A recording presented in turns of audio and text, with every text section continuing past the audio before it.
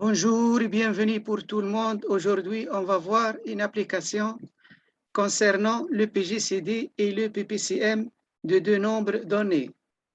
Comme vous le voyez, on vous donne A, un entier qui s'écrit sous la forme de 3 à la puissance 3n plus 3, moins 3 à la puissance 3n. Et B, qui s'écrit sous la forme de 5 à la puissance 2n plus 2, moins 5 à la puissance 2n plus 1. On vous demande premièrement de donner le PGCD et le PPCM de A et B. Ensuite, on vous demande A et B sont-ils premiers entre eux ou non? Et comme dernière question, A et B est-il A sur B est-il irréductible? OK? On va répondre aux premières questions. On va déterminer le PGCD et le PPCM de A et B. OK? Notre idée directrice ici, qu'est-ce qu'on va faire? On va essayer de donner la décomposition en produits de facteurs premiers de A et B. C'est ça notre idée. Alors, comment on va décomposer en produits de facteurs premiers A et B? En écrivant d'une autre manière A et B. Qu'est-ce qu'on constate? A égale à combien? 3 à la puissance 3n plus 3, moins 3 à la puissance 3n. On constate que, et d'après les critères de la puissance, 3 à la puissance 3n plus 3 égale à 3 à la puissance 3n fois 3 à la puissance 3. Donc, on peut mettre 3 à la puissance 3n en facteur ici. Et donc, comment on va mettre en facteur? A égale à 3 à la puissance 3n qui multiplie en premier lieu 3 à la puissance 3, comme vous le voyez, et en deuxième lieu, moins 3 à la puissance 3n, c'est-à-dire moins 1, car on a mis le 3 à la puissance 3n en facteur. Et ainsi, on a bien A s'écrit sous une autre forme. 3 à la puissance 3n qui multiplie 3 à la puissance 3 moins 1. Et de la même manière, B, comment elle s'écrit? On constate que 5 à la puissance 2n plus 2 n'est autre que 5 à la puissance 2n, le tout fois 5 au carré. Et ici, 5 à la puissance 2n plus 1 n'est autre que 5 à la puissance 2n, le tout fois 5. Donc, on constate qu'on peut mettre 5 à la puissance 2n en facteur ici. 5 à la puissance 2n en facteur. OK? Ici, 5 à la puissance 2n qui multiplie 5 au carré.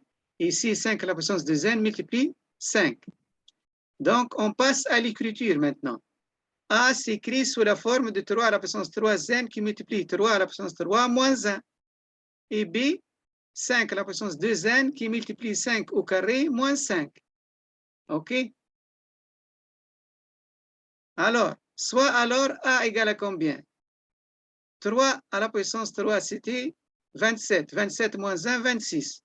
Donc, A égale 26 fois 3 à la puissance 3n. Est-ce que notre décomposition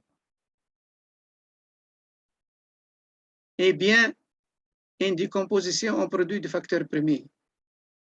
Non, car le 26 n'est pas un nombre premier. OK? Donc, égal à combien? Le 26 égale à combien? N'est autre que 2 fois 13.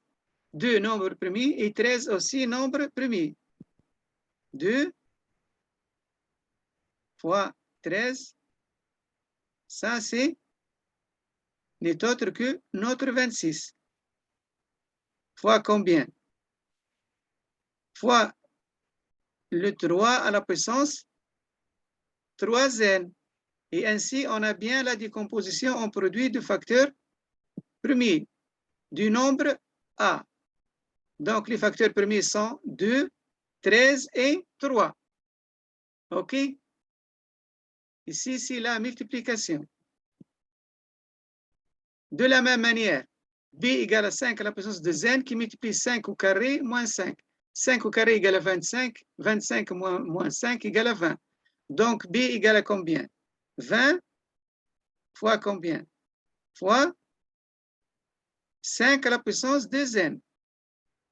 Or, il faut changer le 20. car on a bien 5 qui est un nombre premier, il faut juste changer le 20. 20 égale à combien? Égale à 2 fois 10. Ou 10 égale à combien? 2 fois 5, c'est-à-dire 20 égale à 4 fois 5 égale à 2 à la puissance 2 fois 5. Notre 20 égale à 2 à la puissance 2 fois 5.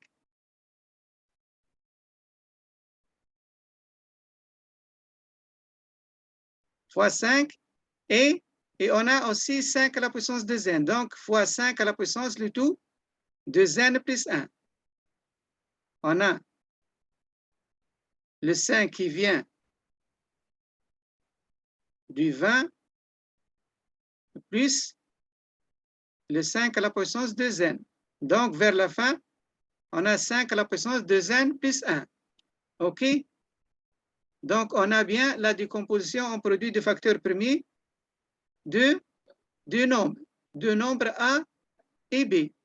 Et ainsi, on peut bien voir le PGCD en utilisant la méthode du PGCD et PPCM.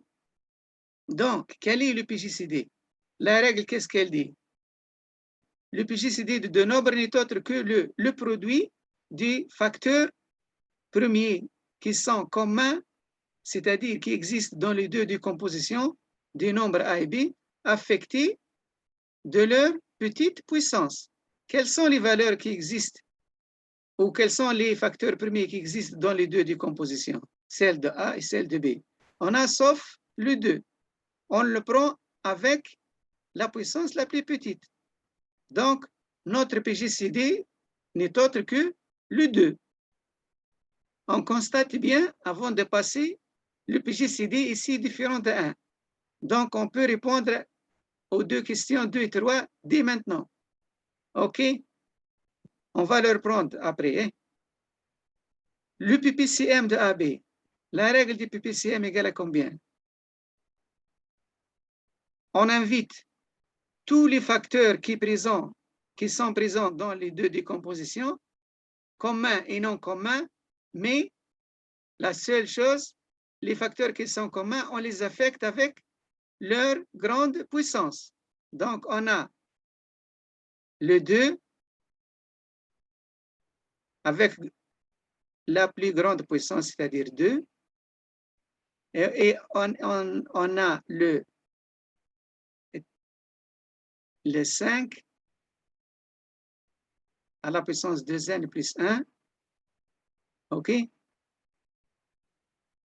Et on a aussi le 13, et vers la fin, on a le 3 à la puissance 3n. Et ainsi, on a bien déterminé le PGCD de A, pardon, le PPCM de A et B. OK?